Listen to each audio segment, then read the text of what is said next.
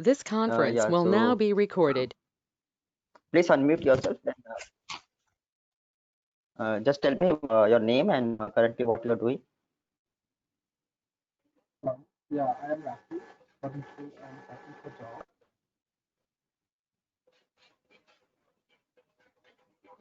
Yeah, hello. Hello, am I audible? Actually, I am Rafi. So Yeah, currently, yeah, go ahead. Go ahead. actually, I completed my BTech in 2014. So currently, actually, I'm looking for job in software field because previously I was in mechanical field. So, but I didn't get so much opportunity. That's why I want to change my sector. That's why only I want to change my sector to SAP. Have So, you have you worked on SAP before prior to this, like as a no, user or okay. actually, I work at NDB. So, really, I work As an end user? You worked as an end user, okay. yeah. And what So, about the yeah? There's one more candidate, IK. Yeah, what's your name? my name is Rakesh. Yeah, hello. Yeah, my name is Rakesh. Okay, Rakesh, what you're doing? You're working into SAP or no, some No, other field? currently, I'm not working. So, previously, I worked with Jamaica Limited, the Tata Group of company. So, there actually, I was a mechanical engineer, and that was because I was making something there. That's all only, and doing some reservation. That's only, not so much work. So, Okay.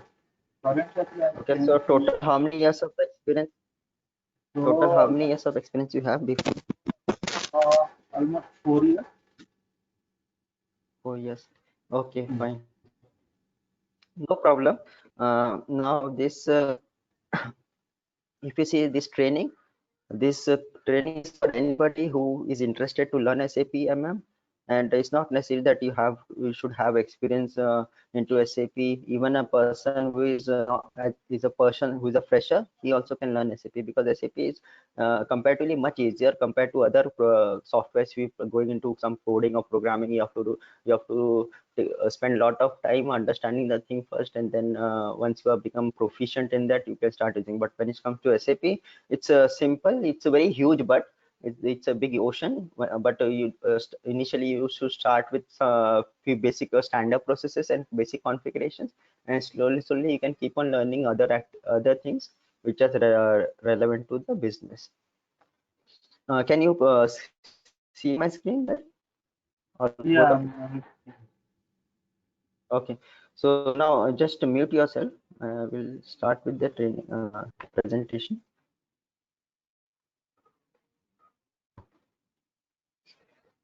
So as I told you, this course is for a fresher, for the experienced guy, even as a SAP consultant or the end user.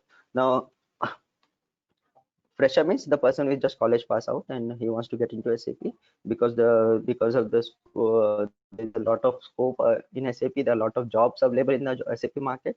So people always prefer SAP because it's a number one ERP system in the world. Okay, it's a globally number one ERP system, and all the Fortune 500 companies or even small mid-sized companies, uh, even small scale industries also implementing SAP nowadays.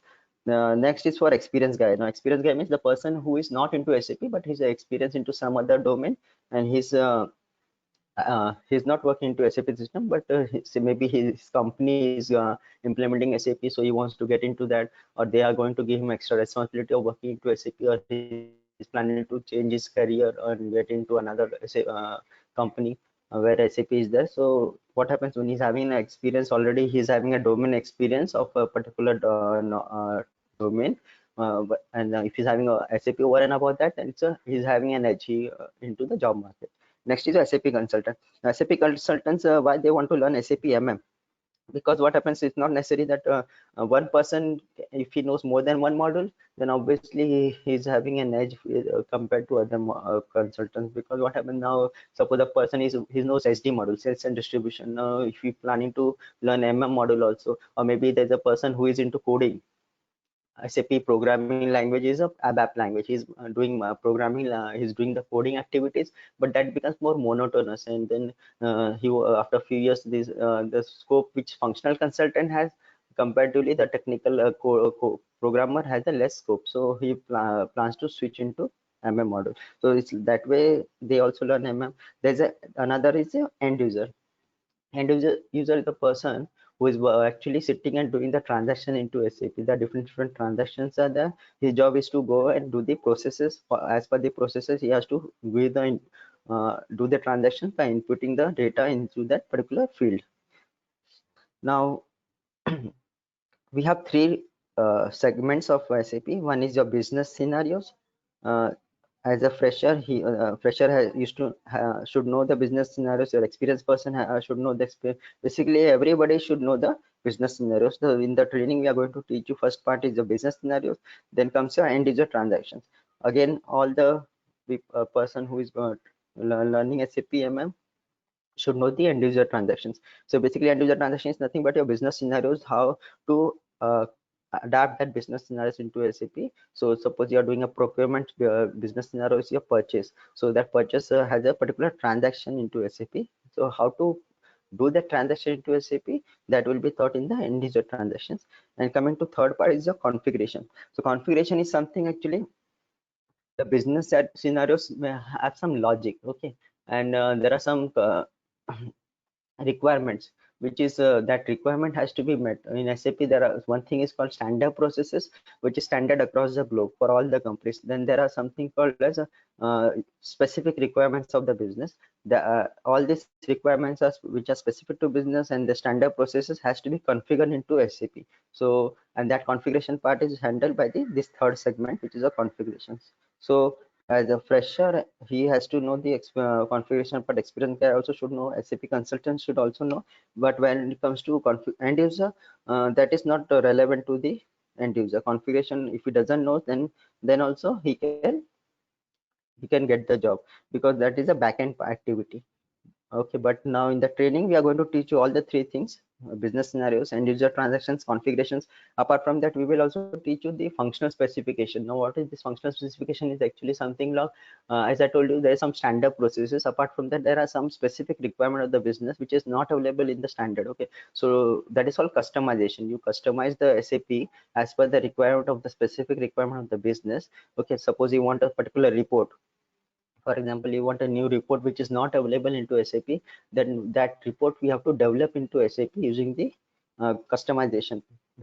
So as a functional consultant, as a SAP consultant, your job is to first understand the business requirement by conducting a workshop with them, meetings with the business, understand that requirement, convert that requirement into functional specifications. Functional specification is nothing but a specification which will have all the logic of the report. So which all fields are required in the report, and how many fields are there, and what all data is required in that particular column and rows. Okay, and what is the logic? Is there any validation? Is there any formulas are there? So all this has to come in the functional specifications, and then accordingly this functional specification the functional consultant will give to the programmer. And looking at this specification, he will develop the program, and then once the program is developed, the functional consultant will again test it and then give it back to the business. So this is a customization part. So how to basic things we will teach you. How about the customization also?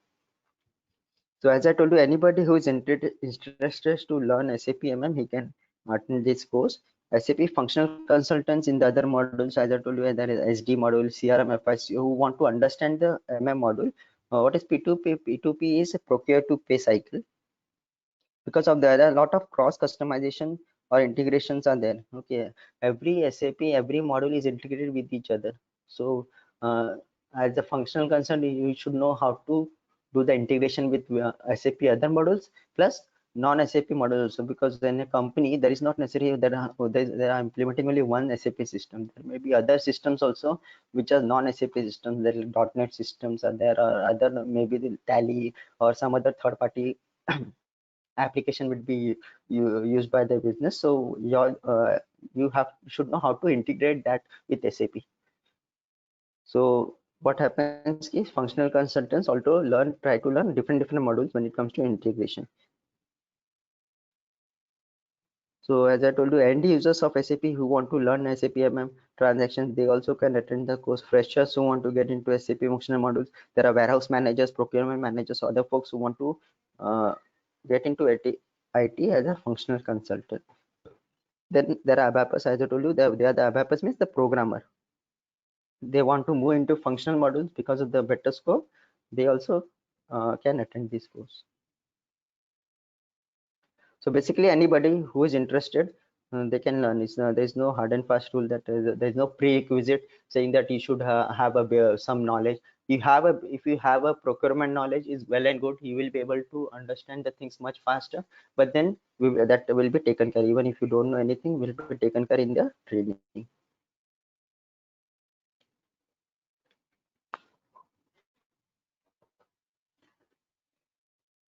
Now coming to SAP history and finances. So actually, there was a company called Xerox, which is a US-based company, which they used to manufacture computer hardware. In the year 1971, what they did, they sold their computer manufacturing business to IBM. Okay, and during that agreement between IBM, they also sold, along with the hardware business, they also sold a software which was used by this Xerox company. Okay, and they were given the rights of this software. That software name was Scientific Data Systems, SDS, or even it was called SAP software. They had for the contract of some 80,000 US dollars, and this was done in the year 1971. Along with that what you call acquisition, they also there were 5 IBM engineers from the artificial intelligence department who were working on the enterprise wide software based on this software. So they were working on this SAP SDS software, only to be told that they would no longer be necessary. They told that IBM said we don't want that software, and now even the 5 IBM engineers also, they were planning to move to some other project. So rather than abandoning the project of this, because when they started using, they thought that it's very it's having a very good market in the industry. So rather than abandoning the project, they decided to leave IBM Tech, and they bought that software from IBM, and they started their own company by enhancing the software and renamed that as SAP. So in the year June 1972, they founded the company by name SAP. The full form of SAP is Systems, Applications and Products in Data Processing. As I told you, it was founded by the 5 IBM employees in the year 1972, and it is headquartered in the Waldorf, Germany, with the regional offices in 180 countries. So they basically, SAP is they have their offices across all over the world. Almost all the countries are covered. In 180 countries they have their branches. SAP applications and services enable more than 425 customers. So they have 425,000 companies who are using SAP, who are spread in these 180 countries, and they operate profitability and adapt continuously and grow sustainably. There are more than 1,330 employees as of year 2019, and they have already they have a 50-year history of innovation and growth as a true industry leader. So they have, I think, few years back they even celebrated their golden jubilee. They completed the 50 years of establishing the SAP company. They have an annual revenue of 27.55 billion euros in the year 2019. Now, SAP is a ERP system. Actually, SAP is a part of our ERP system. ERP is a general term used by all the softwares. ERP is full form is Enterprise Resource Planning. So ERP basically is nothing but actually what happens is it will have all the functionalities of a particular company. So when you for example, any company will have different departments in the company, like purchasing department would be there. We have sales and marketing department. We have what you call human resource department. We have finance department, taxation department. So all these department have their requirement, and when it comes to ERP, this requirement is met by different applications, okay, who support the processes of that particular department. So ERP system will handle all these departments, but SAP is also one of the ERP The only advantage with SAP compared to other ERP is that SAP considers all the department. Other ERP may miss some of the departments, but SAP has all the, name it and SAP will have it. Basically, SAP has named each department as a module. So for purchasing, they have MM module. For sales and distribution, they have SD module. For finance, they have FICO module.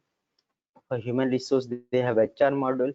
So they have module for each and every department. And the good thing is it is integrated. All the departments data is integrated, and the data is only one, that is why it is called single source of truth. The data is a real-time data which is available, and the same data is used by all the different modules from all the departments. And the data is whatever the data is inputted is getting captured in one particular place, in one particular database. So basically, it is SAP product is capable of integrating in real time various business applications, as I told you, like SD, material management, production, accounting, and HR. SAP program uses fourth generation programming language called ABAP. So there are different programming languages which are used by different applications, different softwares. SAP uses the programming language called ABAP. It is called Advanced Business Application Programming. It is a proprietary programming language of SAP. To work on SAP, you need to install a client software called SAP GUI or SAP front-end system on your PC and be connected to the network to access servers. So this is applicable for ECC version. The new version of SAP is S4 HANA. For that, there is no graphical interface. Basically, you can't install SAP on your laptop or desktop or in your local PC, because SAP S4 HANA is a high-end. It requires a high-end server. So what we basically we do is we provide access to the server, and you can log in into the server remotely via internet connection, and then you can access the S4 HANA and do the practice. The world is now getting digital. If you see the last 2 years, the 90% of the world data has got generated. Okay, so SAP has done one survey and they found that in the last 2 years, there 90% of data on the internet has got generated, and there's a 40% growth in adoption of the business network. So basically, all the companies are slowly moving their processes and transactions, and they're doing all the activities basically on the internet. By the end of 2020, there will be 212 billion things will be connected. So basically all the things are getting connected to the internet. So you have a smart TV, you have a smart phone, you have a smart fridge, you have smart washing machine. All these things, all kinds of gadgets are now smart. They are smart, they are connected to the internet, and they are generating some kind of data on the internet. By the end of 2020, there will be billion mobile users in the world. In the year 2014, 50% of the world workloads processed in the cloud. So what is cloud? Cloud is actually you do the transactions on the internet. Basically, cloud is nothing but internet. Whereas if you see the older version, ECC version, it was done on the local PC. It was not all the time connected to the internet. But now, if you see, all the cloud processes are basically doing we do it on the internet only. The number shown in the figure, the world is now getting digital. Illustrate the world around us is, instead of getting simpler, is getting more complex. So they are just wanted to show that they are so because of the world is getting digital, they instead of getting simpler, it is becoming more and more complex. And this complexity is due to following factors. There's exponential growth of digital information. We have social media, we have mobile data, we have big data. So minimum 100 terabyte of data is generated. What is big data? Big data is means the data which is more than 100 terabytes is called big data. Then there are another factor which is increasing the complexity is the globalization and the spread of your business network. So all the companies are getting global, and there's a spread of network, so things are getting more and more complex. We have internet of things or internet of everything. Internet of things, as I told you, everything, all the gadgets which are connected to internet and they generate some kind of data, that is called internet of things. The increase in the use of mobile devices, social media, and cloud technologies, and the amount of data they generate have transformed the way we live and work. So basically, if you see, sorry,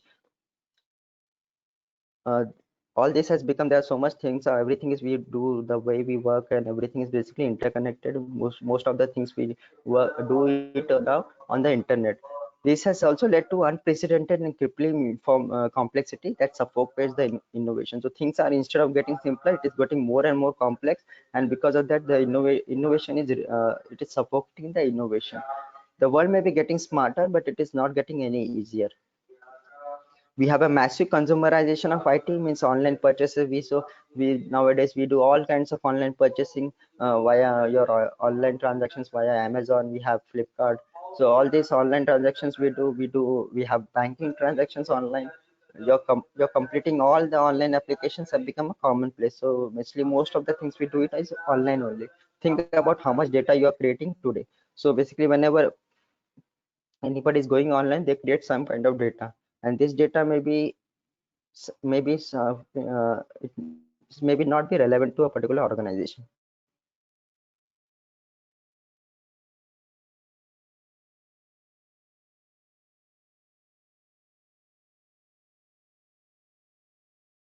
Sorry.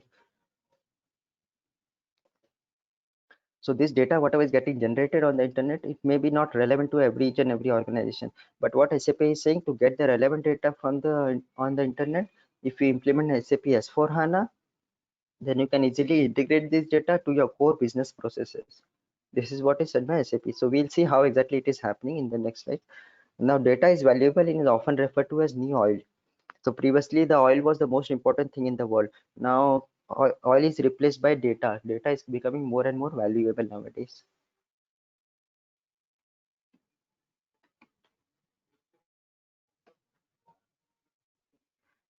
In the last few years, there has been significant advances in the technology, like multi-core processors enabling parallelism of tasks. So what is multi-core processors? Multi-core processors means CPU which is having lot of more than one CPU processors. So suppose now if you see your mobile devices, even your mobile devices, if you, we have multi-core, like it's a quad core or dual core processor. Similarly, we have laptop quad core processors. So quad cores means four. Quad means four. So quad core processor means there will be four CPUs. There will be one main CPU. Within that CPU, there will be four small CPUs would be there.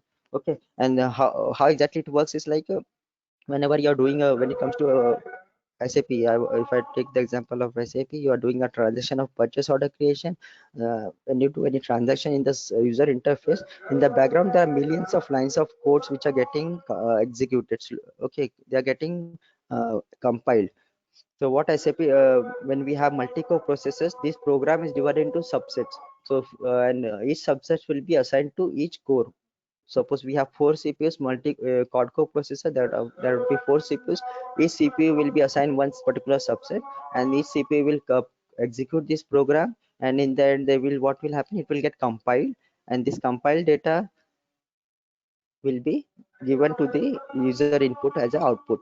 Okay, so this is basically nothing but what you are doing. You're executing the transaction parallelly. So that's a parallelism of tasks. So when you do this way, what happens? Your processing becomes much faster, and you are able to do the transactions in a much faster way. There's a big memory enables us to fit the entire organization database in a memory. What is big memory? Memory is basically RAM. So we have RAM and we have hard disks. Okay, so in S4 HANA, most of the data resides in the hard disk, but your current data which you are using to do the transaction, it resides in the RAM. Okay, because of what happens, whenever you fetch data from the RAM, the fetching is much faster compared to hard disk. So yeah, basically what SAP is saying is, yeah, when you save keep the data in the RAM, you can do the transaction much faster way.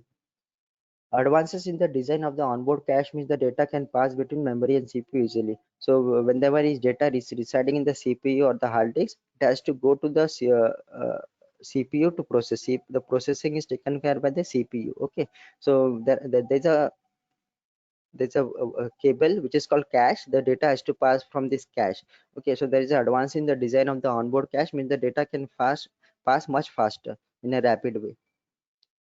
Even there is an increasing of server landscape, means you can slot more servers into your landscape to add more processing power or scale into any size. So previously we used to have one single server CPU like a desktop, but now we have something called slots. In slots that we can keep on adding multiple servers as and when the requirement comes. And if the business want to scale into a larger size, we can keep on adding the servers in the slots, and then we can increase the processing capability. So what basically it is,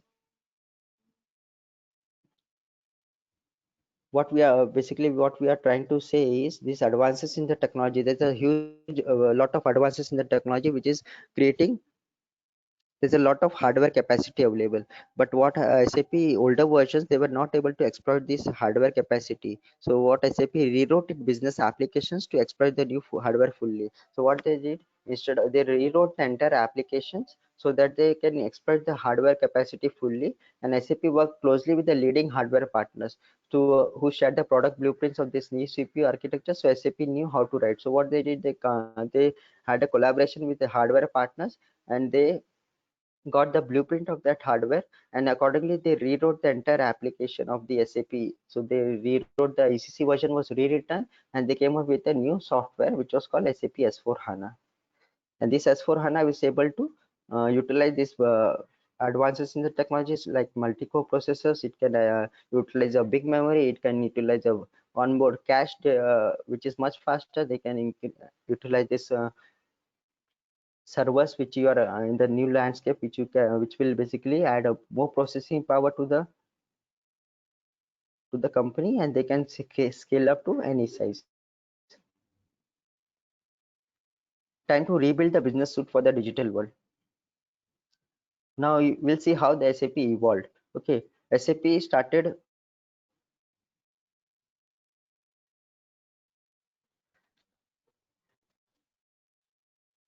SAP was launched in the SAP R2 was launched in 1979. Then after that, 1992, SAP R3 came up, and in the year 2004, SAP ERP was launched. And in the year 2015, we launched SAP S4 HANA. Since the beginning of enterprise computing, SAP has been rebuilding the business applications, which never any major technology shifts has occurred. So we have seen almost every 10 years, every decade, there is new technology shift which has occurred, and SAP has utilized this technology shift, and they have created a new software. So in the year 1979, what happened, SAP invented the ERP system. When they started with 1972, that time it was called R1 system. It was not very popular. So what they did, they did a lot of modifications and enhancement into that, and they came up with R2 system, which was launched in the year 1979. SAP built the standards business software, which was based on mainframe technology. So at that time, we had the mainframe technology. We were not having this personal computers. So R2 used to work on the mainframe technology. Now R here means real time, and the 2 means it's a second generation. So first generation was R1, which was not very popular, and in R2 means SAP R is a real time second generation of SAP system. In the year 1992, what happened? This mainframe technology was replaced by personal computers, and these personal computers was started used by all the, basically it was not only used by businesses or the big companies, even it was started to use by the individual as a personal computer. And there was an introduction of client server architecture, means SAP rewrite the entire application again to exploit the power of 3-layer architecture. What is client server architecture? It's actually, there are different layers of client and server. So we have, suppose we have 2-tier architecture, which is there will be one client and one server. We have 3-tier architecture approach, in which what happens, the processing is split across 3 layers. We have client in one layer, second layer is the application, and third layer is database. So client is basically your first layer. Client is your interface wherein you do the transactions, and in the second layer we have the application. Whatever data we input into the user interface, that is processed basically by the application, using the application whatever logic and validations are there, and then once the processing is over, it goes into the database. This is the birth of SAP R3. So using the client server architecture, SAP came up with the new software which was called SAP R3. Again, R here means real time, and third means even it is third means third generation, or even it is known as 3-tier architecture. Now in the year 2004, there was a new app, what you call new wave which came up, which was called web or internet. Internet was firmly establishing as the common business networks, and customers demanded better integration between the business applications and the internet. So internet was started used by almost all the big companies, and they wanted that the systems or applications which they are using, they wanted the integration with the internet. So SAP developed a new integration application platform called SAP NetWeaver to enable this. NetWeaver was a third-party company. They acquired that network company, which and using that NetWeaver, they were able to connect to the internet, SAP NetWeaver, and they were able, SAP few transactions can be done using the internet. The SAP R3 name is now replaced by SAP ERP. So ERP was launched in the year 2004. ERP is a part of a larger business suite, larger family known as SAP Business Suite, which contains many other lines of business applications from SAP. So there are different lines of businesses, like we have SAP CRM, which is a customer relationship management. We have SAP SRM, which is a supplier relationship management. We have SAP SCM, that is a supply chain management. So there are different business suite, what you call lines of businesses, and SAP ERP is one of your line of businesses. In the year 2015, a new wave of hardware in the new way of advances in the hardware architecture brought a massive computing power at decreasing cost. So what happened now till 2004, we had these personal computers and internet was there, but if you want a high-end machine or a laptop or a desktop or a PC, it was very costly. Okay, but in the year 2015, what happened? This massive computing power was available at a decreasing price. The price was very less, and there was a huge memory and multi-core processors arrived.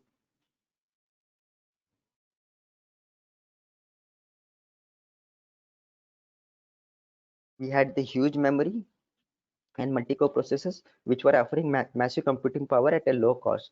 And so what happened, the underlying design of SAP application does not able to fully exploit the power of the new hardware. So hardware capacity was available, but the SAP ECC version or the R3 version or the ERP system which we have seen, they were not able to utilize this new hardware functionality, and they were not able to fully exploit the power of new hardware. So what SAP did, they rewrote the entire complete business suite, and they came up with a new business suite called SAP S4HANA. So SAP S4HANA was launched in the year 2015. Now, what is SAP S4HANA? SAP S4HANA is a real-time ERP suite for digital business. SAP Business Suite 4 is a fourth generation of SAP system. Okay, and HANA here is a database. So your older versions used to work on any database. We can your ECC version or R3 version, you can deploy it on the any platform. It was not database dependent, it was independent. You can install your Oracle database, you can install SAP on your Microsoft SQL Server database, or you can have a Sybase or DB2 database. But when it comes to S4 HANA, the database has to be compulsory HANA database. Okay, HANA is a database, whereas S4 HANA is an application which sits on the database of HANA. Okay, and S4 here means fourth generation. It's a real-time business suite for the digital businesses based on SAP HANA in-memory database. So HANA is an in-memory database. In-memory database means the data resides in the memory, RAM, in the RAM, not in the hard disk. Whereas if you see the Oracle or Microsoft SQL, the data resides in the hard disk. Okay, so because of that, what happens, the fetching of data from the RAM is much faster, and comparatively when compared to fetching the data from the hard disk. S4HANA brings significant improvements over the SAP's legendary business suite, improved user interface called Fiori UX. Now, if you see the older versions, we had the graphical user interface. If any one of you have seen the screens of SAP, if you open any of your transactions, there are so many fields available on the screen. Okay, and it's more complex unless until you spend a lot of time utilizing that SAP screen, or after training you have to spend so much time, then only you'll be able to use to that software in a proper comfortable manner. But so because of that, what happened, SAP S4 SAP came with a new interface in S4 HANA. It is called SAP Fiori User Experience. They call it User Experience, where what they have done, they have they have segregated this particular screen. Suppose you consider a transaction of purchase order. When you're creating a purchase order, there are some data like we want a vendor, you're buying a material from a vendor, like, right? So we need to know like what is the vendor, what material you're buying, and how much quantity and what is the price. That's it. So you don't need to have a other details related to like taxation. When the person who is creating the purchase order, he should not be aware of the taxation part, what all taxes are involved, what are the surcharges and freight and all these discounts are involved. He doesn't need to know about the approval system. So what they have done, they have segregated the unwanted data for a particular user. They have created a role base basically. So there are different roles in purchasing department. Your role may be buyer, so whatever fields are relevant to the buyer, only that field is visible to him. Whatever fields are relevant for the taxation purpose, only that field will be available to the person who is handling the taxes part. So using that strategy, they have decluttered basically. They have simplified the interface, and that interface is called Fiori.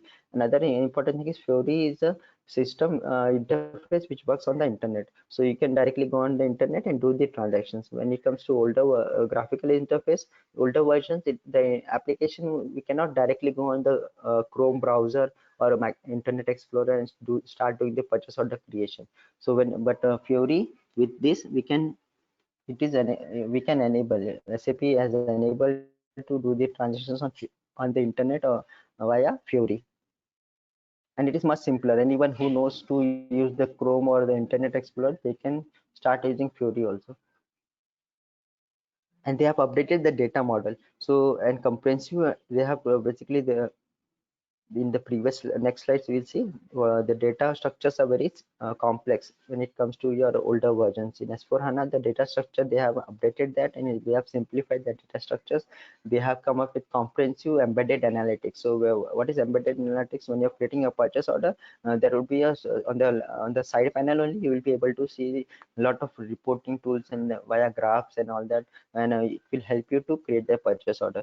So when you're creating a purchase order, it will show you the current stock of that particular material. So you have to decide whether you really want to buy that material, or first you must utilize the existing stock, then only once that has been consumed, then only go for new purchase order creation. So these kind of reports are available in this same screen of the purchase order creation. That is called embedded analytics. It is embedding in the particular transaction.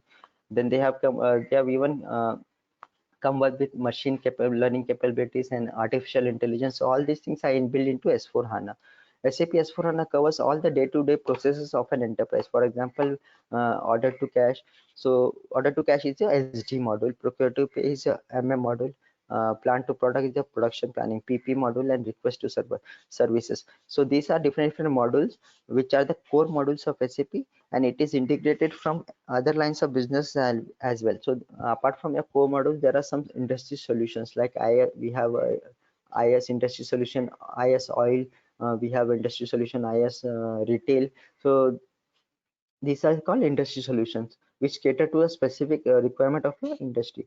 So what happens, suppose retail company or oil company, they do the purchasing activities via MM module also, but they have like oil, they have a requirement that oil should be have a particular density, they should have a particular viscosity, or that it should be maintained at a particular temperature. So all these features are not available into MM. That is so they have came up with a new module called IS oil, which is specific to the oil industry. Similarly, when it comes to retail, there are a lot of requirements which cannot be met by MM module or SD module. They have this merchandising and replenishment and what they call shelf life and all these things. So this cannot be maintained with core modules. So they have a new industry solution for retail company, IS retail. So for that, a lot of industry solutions available.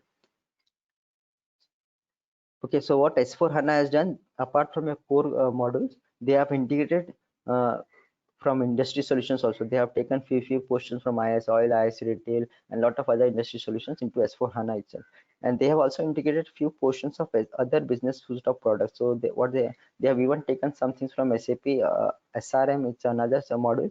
Supply relationship management. They have taken few portions of SAP customer relationship management. They have taken few portions of SAP supply chain management into S4 HANA. So S4 HANA is a complete package of your core models, your industry solutions, and your this other business suites of product.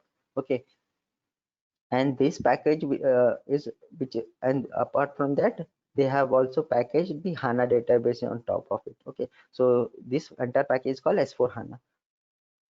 It is not that now we don't need to implement industry solution, or there is no need to implement SRM or CRM because it is available as 4 HANA. It is not that way. As 4 HANA only takes the important or few portions of these things. Okay, if you want to have advanced functionality of supply related management, then you have to go for SRM. If you want more advanced functionalities of features, then you have CRM, then you have to implement SAP CRM, and likewise SCM. Okay, so what they have taken few things which is relevant to a particular company and particular module, and they have packaged the S4 HANA. SAP's classical R3 ERP ECC based business suite and related products were designed to run on several databases, including those from Oracle, Microsoft, and IBM. Okay, as I told you, the older versions can run on any database like Oracle, Microsoft, IBM, but S4 HANA we can only run on the HANA database.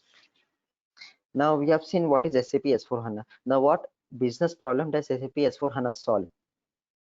So we have seen SAP is always telling that they're being complex. So S4 HANA is what it does, it reduces the complexity. So what they have done, they have analyzed what exactly the complexity is there. Even the existing the EC version or the R3 version, what was the complexity? They found that the complexity was the data structure part. That was the main culprit. The data structure means it comprises of all the tables. Whenever you do any transactions of into SAP, the data goes and resides in the tables, and the tables is basically your group of tables is called databases. Database is basically there are thousands of tables, and this table can keep the data stored into them. Will so there were so many tables in the, and it was so complex. Because of that, what happened, the processes were becoming complexes. Complexity was increasing day by day, and because of the complexity of the database, even your development was getting complex. So let's see the slides. Like, one of the problems with the ERP system is complexity. It is complicated because the data structures, as I told you, is complex, and because of the data structures are complex, if you want to go for any customization, or you want to generate a new report, or you want to add a particular new field in the transaction, the development process also getting complicated. Another aspect of complexity is the system landscape.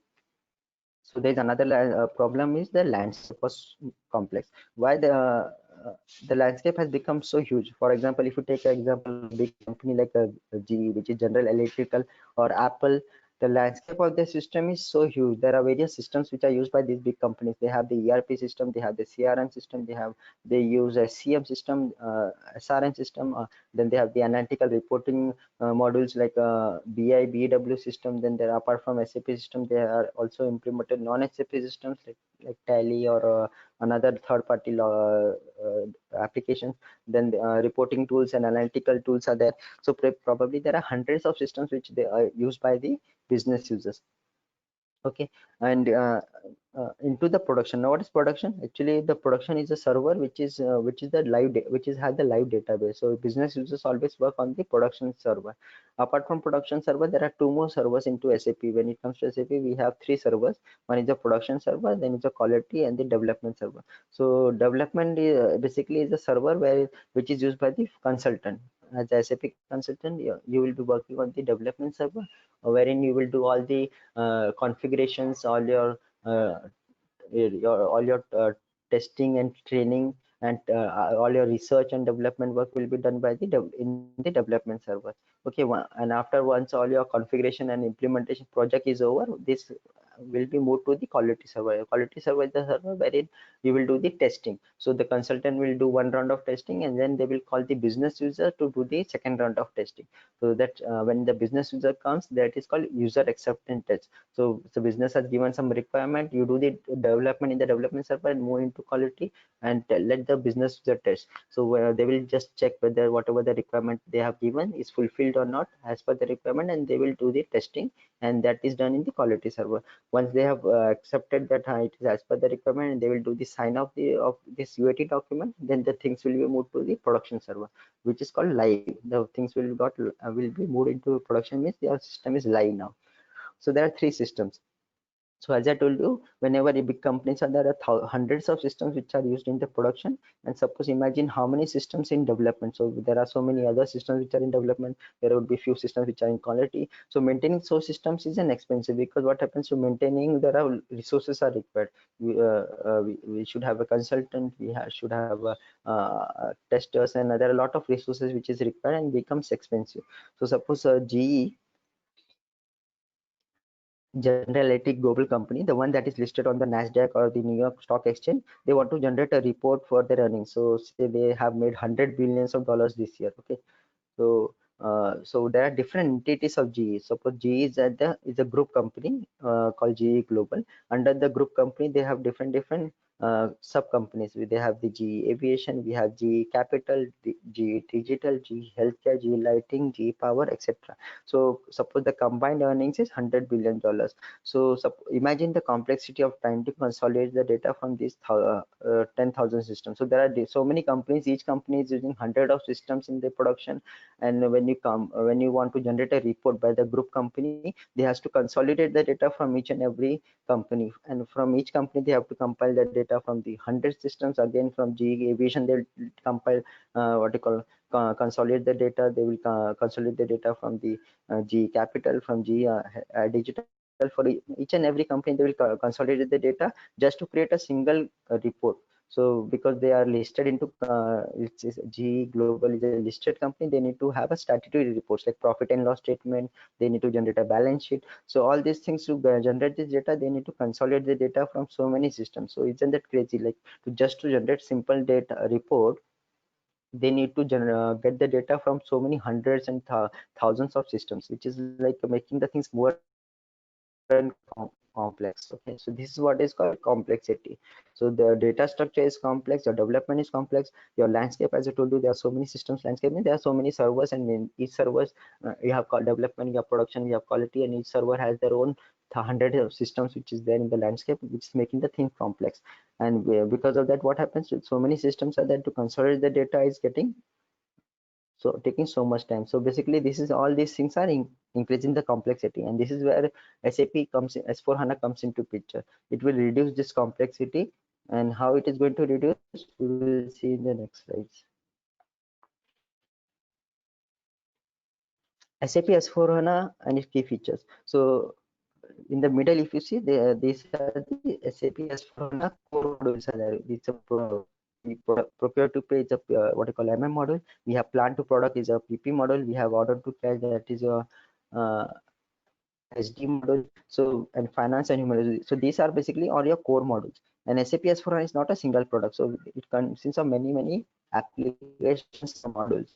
And customers can start with a basic component and add to them later. So it's not necessary that they have to implement each and every module in the starting itself. So they will start with maybe MM and FI module and SD module, and they think later on they want to add a few more modules like production planning or quality management or project systems or any other modules. They can anytime add them later into the system. A key point is that S4HANA built natively and optimally only on the SAP HANA platform. So natively means it is by default it can work only on the HANA database. HANA is built on SAP HANA, so it inherits all the capabilities of this powerful in-memory database management and application platform. So basically, your HANA database, whatever features are there of HANA, S4 HANA can utilize all these features of HANA database. This includes advanced text mining. Uh, so if you see your HANA database, this is the HANA platform, okay, which can it can provide you application services, it can provide your processing services. Application services means they can provide you interface. One user interface is Fiori. They can provide you graphical user interface. Then they can provide you processing services like you can process different graphs, you can process your you can do the search like Google into the HANA database. Then they have integration services like you can integrate your SAP S4 HANA with another third-party applications or the big data. Hadoop is a big data. So apart from that, they have database services like Columnar, OLTP, and OLAP transactions are there. So what is OLTP? OLTP is your online transaction processing, and OLAP is online analytical processing. So if you see the older versions or the Oracle and the Microsoft SQL database, they do not support both the things. Okay, they either support OLTP or OLAP, but they do not support both the uh, what you call processes. Okay, but when it comes to HANA, it's supposed OLTP and OLAP also. Transaction basically, or it suppose all your transactions reporting also it supposed onto the same server. So there is no need to have a separate server for your report. Whereas it comes to your older versions, your reporting which was done by the BI/BW model, it cannot reside on the same server. We should have a separate server for BI/BW, and we should have a separate server for your transaction, which is your MM module or SD module. Okay, but HANA, in HANA it supports both, so there is no need to have a separate server for a report. Your transactions and reports can work on the same server. I already told you it's supposed multi-core processors, so all your dual core, multi-core parallelism of tasks can be supported by HANA database. It can compress your data, and it's supposed multi-storage tier data. So all these features are provided by HANA database.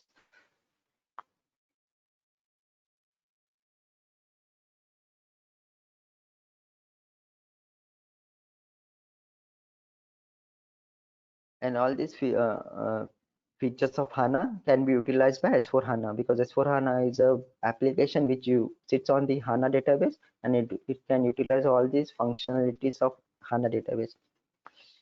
Data model has been massively simplified. This means we have lost unnecessary tables and the data in these storage tables. So as I told you, data structures are complex. It was having so many tables in that it was having a lot of unwanted tables which are not required. So as for HANA, what they have come,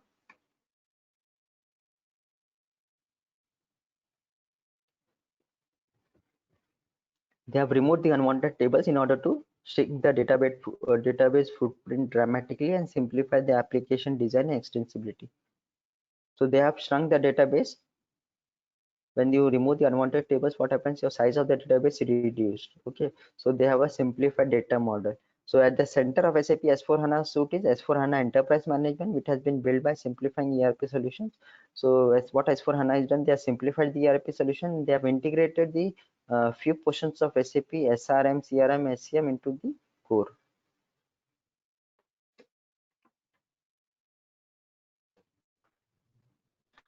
SAP HANA, the great simplifier. So till now, this demo is we have done this much, and now since hello.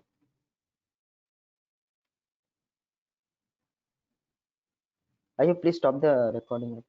This hello.